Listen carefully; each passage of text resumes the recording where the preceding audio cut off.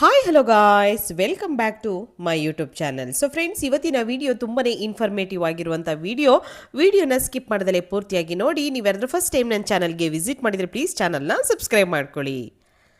ನಮ್ಮ ಜೀವನದ ಅತಿ ಕತ್ತಲೆಯ ರಾತ್ರಿಗಳು ಕರಗಿ ವರ್ಷಗಳ ಕಣ್ಣೀರು ಮತ್ತು ಪರಿಶ್ರಮಕ್ಕೆ ತಕ್ಕ ಫಲ ಸಿಗುವ ಸಮಯ ಹತ್ತಿರದಲ್ಲಿ ಇದೆ ಎಂಬುದನ್ನು ನೀವು ಮನಸ್ಸಿನಲ್ಲಿ ಅದೆಷ್ಟೋ ದಿನಗಳಿಂದ ಆಳವಾಗಿ ಅಂದುಕೊಂಡಿರುವ ಆ ಮಹಾನ್ ಕೋರಿಕೆಯು ಕೆಲವೇ ದಿನಗಳಲ್ಲಿ ಸಾಕ್ಷಾತ್ಕಾರವಾಗಲಿದೆ ಎಂದು ಯಾರಾದರೂ ಹೇಳಿದರೆ ನೀವು ನಂಬುತ್ತೀರಾ? ಹೌದು ಸ್ನೇಹಿತರೆ, ನಿಮ್ಮ ನೈಜ ಬದುಕಿನಲ್ಲಿ ದೊಡ್ಡ ಅದೃಷ್ಟದ ತಿರುವು ಸಂಭವಿಸುವ ಮುನ್ನ ನಿಮ್ಮ ಸೂಕ್ತ ಮನಸ್ಸಿನ ಆಳದಲ್ಲಿರುವ ಅಪೇಕ್ಷೆಯು ಭೌತಿಕ ರೂಪ ತಾಳುವ ಮುನ್ನ ಸಾಕ್ಷಾತ್ ಪರಮಾತ್ಮ ನಿಮ್ಮ ನಿದ್ರೆಯ ಲೋಕದ ಮೂಲಕವೇ ನಿಮ್ಮ ದೈವಿಕ ಮುನ್ಸೂಚನೆಗಳನ್ನು ನೀಡುತ್ತಾರೆ. ರಾತ್ರಿ ನೀವು ನಿದ್ರೆಗೆ ಜಾರಿದಾಗ ನಮ್ಮ ಭೌತಿಕ ದೇಹ ವಿಶ್ರಾಂತಿ ಪಡೆಯುತ್ತದೆ ನಿಜ, ಆದರೆ ನಿಮ್ಮ ಸೂಕ್ತ ಶರೀರವು ಭೌತಿಕ ಜಗತ್ತಿನ ಎಲ್ಲಿಯನ್ನು ಮೀರಿ ಬೇರೆ ಬೇರೆ ಆಯಾಮಗಳಲ್ಲಿ ಸಂಚರಿಸುತ್ತದೆ. ನಮ್ಮ ಮಹರ್ಷಿಗಳು ಹೇಳುವಂತಹ ಕನಸುಗಳು ಕೇವಲ ಎದೃಚ್ಛಿಕ್ ಕಲ್ಪನೆಗಳಲ್ಲ, ಅವು ಭವಿಷ್ಯದ ವಾಸ್ತವತೆಯ ಒಂದು ಸ್ಪಷ್ಟ ಮುನ್ಸೂಚನೆ. ಆಧ್ಯಾತ್ಮಿಕ ಮುನ್ನೋಟ, ಸ್ಪಿರಿಚುಯಲ್ ಪ್ರಿವ್ಯೂ. ನೀವು ಎಷ್ಟು ದಿನಗಳಿಂದ ಹಗಲಿರುಳು ಬೇಡಿಕೊಂಡು ಪ್ರಾರ್ಥನೆಗಳು ಬ್ರಹ್ಮಾಂಡದ ಗರ್ಭದಲ್ಲಿ ಫಲಪ್ರದವಾಗಿ ಭೌತಿಕ ರೂಪ ತಾಳುವ ಮುನ್ಸೂಚನೆಯಾಗಿದೆ. ಅತ್ಯಂತ ಆಳವಾಗಿ ಮತ್ತು ನಿಮ್ಮ ಬದುಕಿಗೆ ಹತ್ತಿರವಾಗಿ ಅರಿಯೋಣ.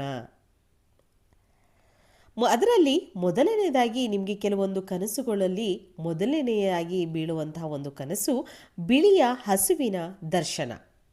ಒಂದು ಬಿಳಿಯ ಹಸುವಿನ ದರ್ಶನ ನಿಮ್ಮ ಕೋರಿಕೆಯನ್ನು ಈಡೇರಲಿದೆ ಎನ್ನುವುದರ ಮೊದಲ ಹಾಗೂ ಅತ್ಯಂತ ಪವಿತ್ರ ಚಿತ್ರವಾದ ಕನಸಿನ ದರ್ಶನವೆಂದರೆ ನಿಮ್ಮ ಕನಸಿನಲ್ಲಿ ಬಿಳಿಯ ಹಸು ಅಥವಾ ಕರು ಕಾಣಿಸಿಕೊಳ್ಳುವುದು. ಜೀವನದಲ್ಲಿ ಎಷ್ಟೋ ಬಾರಿ ನಾವು ಅಂದುಕೊಳ್ಳುತ್ತೇವೆ, ನಮ್ಮ ಕಷ್ಟಗಳು ಕೇಳುವವರೇ ಇಲ್ಲವಲ್ಲ, ನಮ್ಮ ಹಣೆಬರವೇ ಇಷ್ಟು ಕಠಿಣವೇಕೆ ಎಂದು ರಾತ್ರಿ ದಿಂಬಿಗೆ ಮುಖವಿಟ್ಟು ಅಳುತ್ತಿರುತ್ತೇವೆ. ಅಂತಹ ದಟ್ಟ ನಿರಾಶೆಯ ಕತ್ತಲಲ್ಲಿ ನೀವು ಇದ್ದಾಗ ನಿಮ್ಮ ಕನಸಿನಲ್ಲಿ ಅತ್ಯಂತ ಶಾಂತವಾದ ವಾತಾವರಣದಲ್ಲಿ ಸುಂದರವಾದ ಹಸಿರು ಹುಲ್ಲುಗಾವಲಿನಲ್ಲಿ ಪ್ರಶಾಂತವಾಗಿರುವ ಬಿಳಿಯ ಹಸುವನ್ನು ಅಥವಾ ಕರುವನ್ನು ನೋಡಿದರೆ ವಾತ್ಸಲ್ಯದಿಂದ ಹಾಲುಣಿಸುತ್ತಿರುವ ದೃಶ್ಯವನ್ನು ನೀವು ಕನಸಲ್ಲಿ ಕಂಡರೆ ನಿಮ್ಮ ಜೀವನದ ದೊಡ್ಡ ತಿರುವಿನ ಮುನ್ಸೂಚನೆಯಾಗಿದೆ.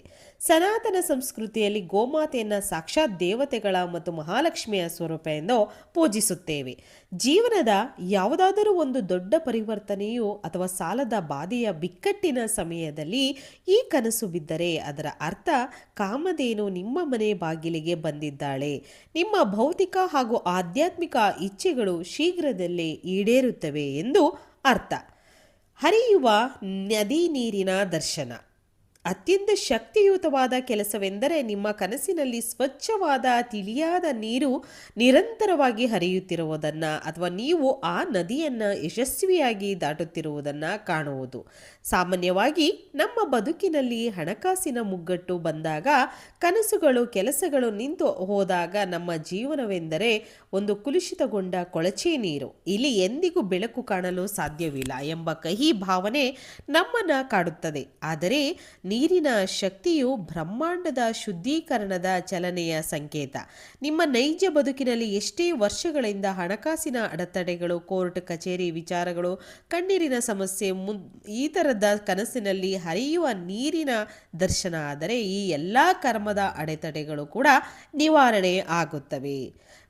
ಹಾದಿಯನ್ನು ಸಂಪೂರ್ಣವಾಗಿ ನಳಿಸುವಂತೆ ಶುದ್ಧಗೊಳಿಸುತ್ತದೆ. ನಿಮ್ಮ ಮನಸ್ಸಿನಲ್ಲಿರುವ ಆ ಮೋಡದ ಆಸೆಗಳು ನನಸಾಗಲಾರಬೇಕಾದ ಅನುಕೂಲಕರ ವಾತಾವರಣವು ಈಗ ಸೃಷ್ಟಿಯಾಗಿದೆ ಎಂಬುದನ್ನು ನೀವು ತಿಳಿಬೇಕಾಗಿದೆ. ನಿಮ್ಮ ಬದುಕಿನ ಹೊಸ ಅರಿವನ್ನು ಆಹ್ವಾನಿಸಿ. ಮೂರನೆಯದು ಆನೆಯು ಶುಭ ಹಾರೈಸುವ ದರ್ಶನ. ನಿಮ್ಮ ಕನಸಿನಲ್ಲಿ ಬಂದರೆ ಮಹಾಕನಸಿನ ದರ್ಶನವೆಂದು. ಸಾಕ್ಷಾತ್ ಗಜರಾಜನಾದ ಆನೆಯು ನಿಮ್ಮ ಕನಸಿನಲ್ಲಿ ಕಾಣಿಸಿಕೊಳ್ಳುವುದು ಮತ್ತು ತನ್ನ ಸೊಂಡಿಲನ್ನು ಮೇಲಕ್ಕೆತ್ತಿ ನಿಮಗೆ ಆಶೀರ್ವಾದ ಮಾಡಿದಂತೆ ಭಾಸವಾಗುವುದು. ಸಮಾಜದಲ್ಲಿ ಎಷ್ಟೇ ಕಷ್ಟಪಟ್ಟು ದುಡಿದರೂ ನಮಗೆ ಸಿಗಬೇಕಾದ ಗೌರವ ಸಿಗುತ್ತಿಲ್ಲವೋ ಅಥವಾ ನಾವು ಕೈಗೊಂಡ ಕೆಲಸಗಳೆಲ್ಲ ಅರ್ಧದಲ್ಲಿ ನಿಂತು ಹೋಗಿ ಅವಮಾನ ಎದುರಿಸಬೇಕಾಗುತ್ತದೆಯೋ ಎಂದು ನೀವು ನಂಬಿರಬಹುದು. ಅಂತಹ ಸಂದರ್ಭದಲ್ಲಿ ನಮ್ಮ ಸಂಸ್ಕೃತಿಯಲ್ಲಿ ಸಂಪತ್ತು ರಾಜ, ವೈಭವ ಆತ್ಮಸ್ಥೈರ್ಯ, ವಿಜ್ಞಾನಾರ್ಥನ ದೈವಿಕ ಪ್ರತೀಕವಾಗಿ ನಿಮ್ಮ ಕನಸಿಗೆ ಬರುತ್ತದೆ. ನಿಮ್ಮ ಕನಸಿನಲ್ಲಿ ಆನೆಯು ಅತ್ಯಂತ ಗಂಭೀರವಾಗಿ ಶಾಂತವಾಗಿ ನಡೆದುಕೊಂಡು ಬಂದು ನಿಮಗೆ ಶುಭ ಹಾರೈಸಿದಂತೆ ಅಥವಾ ನಿಮ್ಮ ಕಡೆ ನೋಡಿ ಸೊಂಡಲನ್ನು ಎತ್ತಿ ನೀಡಿದಂತೆ ಎಂದರೆ ದಿನಗಳು ಸಂಕಷ್ಟದ ಕಾಲ ಅಧಿಕೃತವಾಗಿ ಮುಗಿಯಿತು ಎಂದು ಅರ್ಥ. ನಿಮಗೆ ರಾಜಯೋಗದಂತಹ ಅಖಂಡ ಐಶ್ವರ್ಯ, ಸಮಾಜದಲ್ಲಿ ಉನ್ನತ ಗೌರವ ಪ್ರಾಪ್ತವಾಗಲಿದೆ ಎಂಬುದರ ಮಹಾ ಸೂಚನೆಯಾಗಿದೆ. ಈ ದೈವಿಕ ಕನಸು ಕಂಡ ದಿನ ನಿಮ್ಮ ಮನಸ್ಸಿನಲ್ಲಿ ಅಪಾರವಾದ ಧೈರ್ಯ, ಉತ್ಸಾಹ ಮೂಡುತ್ತದೆ. 4ನೇದು, ದೀಪ ಬೆಳಗುವ ದರ್ಶನ. ಪವಿತ್ರ ಕನಸೆಂದರೆ ನಿಮ್ಮ ಕನಸಿನಲ್ಲಿ ನೀವೇ ಸ್ವತಃ ದೇವರ ಕೋಣೆಯಲ್ಲಿ ಅಥವಾ ದೇವಸ್ಥಾನದಲ್ಲಿ ಶುದ್ಧವಾದ ತುಪ್ಪದಿಂದ ದೀಪ ಹಚ್ಚುತ್ತಿರುವುದು, ಪ್ರಕಾಶಮಾನವಾಗಿ ಉರಿಯುತ್ತಿರುವ ದೀಪಗಳನ್ನು ಕಾಣುವುದು, ಬದುಕಿನಲ್ಲಿ ಭರವಸೆಯೇ ಇಲ್ಲದೆ ಮುಂದೇನು ಎಂಬ ಭಯ ಕಾಡುತ್ತಿರುವಾಗ ಕತ್ತಲು ಮಾತ್ರ ಕಣ್ಣಿಗೆ ಕಾಣುವಾಗ ಈ ಕನಸು ಬೀಳುತ್ತದೆ. ದೀಪದ ಬೆಳಕು ಮನೆಯಲ್ಲಿರುವ ಅಂಧಕಾರವನ್ನು, ನಕಾರಾತ್ಮಕ ಶಕ್ತಿಯನ್ನು ಸಂಪೂರ್ಣವಾಗಿ ಸುಟ್ಟು ಹಾಕುವ ಶಕ್ತಿಯನ್ನು ಹೊಂದಿದೆ. ನಿಮ್ಮ ಮನೆಯಲ್ಲಿ ಅಡಗಿದ್ದ ದೈವಿಕ ಕಂಪನಗಳು ಅತ್ಯುನ್ನತ ಮಟ್ಟಕ್ಕೆ ತಲುಪಿದೆ ಎಂದು ಅರ್ಥ. ಎಲ್ಲ ದೈವಿಕ ಪ್ರಾರ್ಥನೆಗಳು ಬ್ರಹ್ಮಾಂಡದ ಕೇಂದ್ರವನ್ನು ತಲುಪಿವೆ. ನಿಮ್ಮ ಕೋರಿಕೆ ಈಡೇರುವ ಸೂಚನೆಯಾಗಿದೆ. ನಿಮ್ಮ ಹಾದಿಯನ್ನು ಬೆಳಗುತ್ತಿದೆ. ನಿಮ್ಮ ಕೋರಿಕೆಗಳು ಈಡೇರುವ ಸೂಚನೆ. ನಿಮ್ಮ ಬೆಳಕು ಹಾದಿಯಲ್ಲಿ ಬೆಳಗುತ್ತಿದೆ. ಕನಸು ಕಂಡಾಗ ನಿಮ್ಮ ಮನೆಯ ಪೂಜಾ ಸ್ಥಳವನ್ನು ಶುಚಿಯಾಗಿಟ್ಟುಕೊಂಡು ನಿಮ್ಮ ಬದುಕಿನ ದಾರಿಯನ್ನು ಆ ದೇವರೇ ಬೆಳಗುತ್ತಿದ್ದಾನೆ ಎಂದು ವಿಶ್ವಾಸದಿಂದ ಇಡಿ. ತುಳಸಿ ಗಿಡದ ದರ್ಶನ. ಅತ್ಯಂತ ವಿಶೇಷವಾದ ಭಾವನಾತ್ಮಕವಾದ ಕನಸೆಂದರೆ ನಿಮ್ಮ ಕನಸಿನಲ್ಲಿ ಹಚ್ಚ ಹಸಿರಿನಿಂದ ಕಂಗೊಳಿಸುವ ಪವಿತ್ರವಾದ ತುಳಸಿ ಗಿಡ, ತುಳಸಿ ವೃಂದಾವನ ಕಾಣಿಸಿಕೊಳ್ಳುವುದು. ನಮ್ಮ ಪ್ರತಿಯೊಬ್ಬರ ಮನೆಯಲ್ಲೂ ತುಳಸಿ ಗಿಡ ಎನ್ನುವುದು ಒಂದು ಅವಿಭಾಜ್ಯ ಅಂಗವಾಗಿದೆ. ಪ್ರತಿದಿನ ಬೆಳಿಗ್ಗೆ ಸ್ನಾನ ಮಾಡಿ ತುಳಸಿಗೆ ನೀರೆರೆದು ನಮಸ್ಕರಿಸುವುದು ನಮ್ಮ ಸಂಪ್ರದಾಯ. ಆದರೆ ನಿಮ್ಮ ನಿಜ ಜೀವನದಲ್ಲಿ ಕುಟುಂಬದ ಆರೋಗ್ಯ ಹದಗೆಟ್ಟಾಗ, ಮನೆಯಲ್ಲಿ ಸದಾ ಯಾವುದಾದರೂ ಕಲಹಗಳು ನಡೆಯುತ್ತಿರುವಾಗ, ನೆಮ್ಮದಿಯೇ ಇಲ್ಲದೆ ಹೈರಾಣಾದಾಗ ನಿಮ್ಮ ಕನಸಿನಲ್ಲಿ ತುಳಸಿ ಗಿಡವು ಪುನರಾವರ್ತನೆಯಾಗಿ ಕಾಣಿಸಿಕೊಂಡರೆ ಅದು ಅತ್ಯಂತ ಗಾಢವಾದ ಅರ್ಥವನ್ನು ನೀಡುತ್ತದೆ. ತುಳಸಿ ಗಿಡವು ಮಹಾವಿಷ್ಣು ಮತ್ತು ಮಹಾಲಕ್ಷ್ಮಿಯರ ಅತ್ಯಂತ ಪ್ರೀತಿಯ ಪವಿತ್ರ ಸಸ್ಯ. ಸಾಕ್ಷಾತ್ ಬೃಂದಾದೇವಿಯ ಸ್ವರೂಪವಾಗಿದೆ. ಮಹಾಲಕ್ಷ್ಮಿಯರ ಅತ್ಯಂತ ಪ್ರೀತಿಯ ಪವಿತ್ರವಾಗಿರುವಂತಹ ಒಂದು ಸ್ವರೂಪವನ್ನು ತುಳಸಿ ಗಿಡ ಕನಸಿನಲ್ಲಿ ಕಾಣಿಸಿಕೊಳ್ಳುವುದು ನಿಮಗೆ ಮತ್ತು ನಿಮ್ಮ ಕುಟುಂಬಕ್ಕೆ ಸಾಕ್ಷಾತ್ ಮಹಾಲಕ್ಷ್ಮಿಯರ ರಕ್ಷಾ ಕವಚ ಸಿಕ್ಕಿದೆ ಎಂಬುದರ ಸಂಕೇತ. ನಿಮ್ಮ ಮನೆಯಲ್ಲಿ ಅಡಗಿದ್ದ ಅನಾರೋಗ್ಯದ, ಕೌಟುಂಬಿಕ ಅಶಾಂತಿ, ನಕಾರಾತ್ಮಕ ಶಕ್ತಿಗಳು ದೂರವಾಗಿ ಮನೆಗೆ ಸಮೃದ್ಧಿ, ನೆಮ್ಮದಿ, ಆಯುರಾರೋಗ್ಯ ಮರುಕಳಿಸಲಿದೆ ಎಂಬುದರ ಸೂಚನೆಯಾಗಿದೆ. ಮನೆಯ ಅಂಗಳದಲ್ಲಿ ಮಳೆಯಾಗುವ ದರ್ಶನ. ಅಂಗಳದಲ್ಲಿ ಮಳೆಯಾಗುವ ದರ್ಶನ ಅತ್ಯಂತ ಸುಂದರವಾದ ನವಿರಾದ ಕನಸು ಇದು.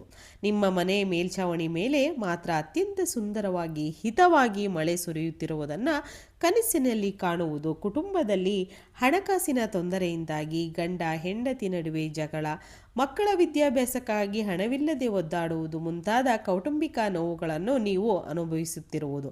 ಅಂತಹ ಸಂದರ್ಭದಲ್ಲಿ ಮಳೆ ಎಂದರೆ ಆಕಾಶದಿಂದ ಧರೆಗಿಳಿದು ಬರುವ ಸಾಕ್ಷಾತ್ ಅಮೃತ ಮತ್ತು ದೈವಿಕ ಕೃಪೆ.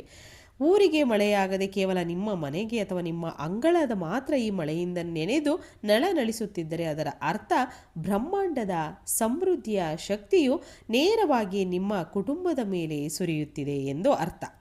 ಮನೆಯಲ್ಲಿರುವ ದಾರಿದ್ರ್ಯದ ಹಾರ್ಮೋನ್ಗಳು ಕರಗಿ ನಿಮ್ಮ ಕುಟುಂಬದ ಪ್ರತಿಯೊಬ್ಬ ಸದಸ್ಯರು ಬಹು ದಿನಗಳ ಬೇಡಿಕೆಗಳು ಈಡಿರುವ ಸುವರ್ಣ ಕಾಲ ಸಂಕಡೆಯಾಗಿದೆ ಅಂತ ನಿಮ್ಮ ಅಪರೂಪವಾದ ಕೌಟುಂಬಿಕ ನೆಮ್ಮದಿಯನ್ನು ತರುತ್ತದೆ. ರಾತ್ರಿಯ ವೇಳೆಯಲ್ಲಿ ಬೆಳಗುವ ಆಲದ ಮರದ ದರ್ಶನ. ಗಂಭೀರವಾದ ಆಧ್ಯಾತ್ಮಿಕ ಕನಸೆಂದರೆ ಪ್ರಕಾಶಮಾನವಾಗಿ ಬೆಳಗುವ ಆಲದ ಮರದ ಘನ ಕತ್ತಲೆಯ ರಾತ್ರಿಯಲ್ಲಿ ಬಾಹ್ಯ ಬೆಳಕಿಲ್ಲದೆ ಸಾಕ್ಷಾತ್ ದೈವಿಕ ತೇಜಸ್ಸಿನಿಂದ ಪ್ರಕಾಶಮಾನವಾಗಿ ಬೆಳಗುತ್ತಿರುವ ಒಂದು ಕನಸು ಗೋಚರವಾದರೆ, ಯಾವುದಾದರೂ ದೊಡ್ಡ ಬಿಕ್ಕಟ್ಟು ಎದುರಾದಾಗ ನಮ್ಮ ಹಿಂದೆ ಯಾರೂ ಇಲ್ಲ, ನಮಗೆ ಬೆಂಬಲ ನೀಡುವವರೇ ಇಲ್ಲ ಎಂಬ ಒಂಟಿತನ ಭೀತಿಯು ನಮ್ಮನ್ನು ಕಾಡುತ್ತದೆ. ಆದರೆ ನಮ್ಮ ಸನಾತನ ಸಂಸ್ಕೃತಿಯಲ್ಲಿ ಆಲದ ಮರವು ಅತ್ಯಂತ ಪವಿತ್ರವಾದ ದೀರ್ಘಾಶ್ರಯದ ಪಿತೃವಂಶ ಹಾಗೂ ಕುಲದ ಸಾಕ್ಷಾತ್ ಪ್ರತೀಕವಾಗಿ ರಾತ್ರಿಯ ಕತ್ತಲಲ್ಲಿ ಆಲದ ಮರವು ದೈವಿಕ ತೇಜಸ್ಸಿನಿಂದ ಹೊಳೆಯುವುದನ್ನು ಕನಸಿನಲ್ಲಿ ಕಂಡರೆ ನಿಮ್ಮ ಕಷ್ಟದ ಕಾಲ, ತಲೆಮಾರುಗಳು ಮತ್ತು ಕುಲದೇವರ ಅಖಂಡವಾದ ರಕ್ಷಣಾ ಕವಚವು ನಿಮ್ಮ ಮೇಲೆ ಆವರಿಸಿದೆ ಎಂದು ಅರ್ಥ. ಅಳಿಸಲಾಗದ ಶಾಶ್ವತವಾದ ಸ್ಥಿರತೆಯನ್ನು ದೈವಿಕ ಆಶ್ರಯ ತಂದುಕೊಡುತ್ತದೆ. ಶಾಂತ ಸಮುದ್ರದ ಅಲೆಗಳು. ಪಾದಗಳನ್ನು ಸ್ಪರ್ಶಿಸುವುದು ಅತಿ ಅಪರೂಪದ ಕನಸಲ್ಲಿ ನೀವು ಯಾವುದಾದರೂ ಒಂದು ವಿಶಾಲವಾದ ಅಥವಾ ಅತ್ಯಂತ ಶಾಂತವಾದ ಸಮುದ್ರ ತೀರದಲ್ಲಿ ನಿಂತಿರುವಾಗ ಬಂದು ನಿಮ್ಮ ಪಾದವನ್ನು ಸೌಮ್ಯವಾಗಿ ಸ್ಪರ್ಶಿಸಿ ಅನುಭವಿಸುವುದನ್ನು, ನಿರಂತರ ಸೋಲುಗಳನ್ನು ಕಂಡು ಕಾಲು ಜಾರಿ ಬಿದ್ದಿರುವ ಅನುಭವ ಇರುವವರಿಗೆ ಕನಸು ಹೆಚ್ಚು ಸಾಂತ್ವನ ನೀಡುತ್ತದೆ.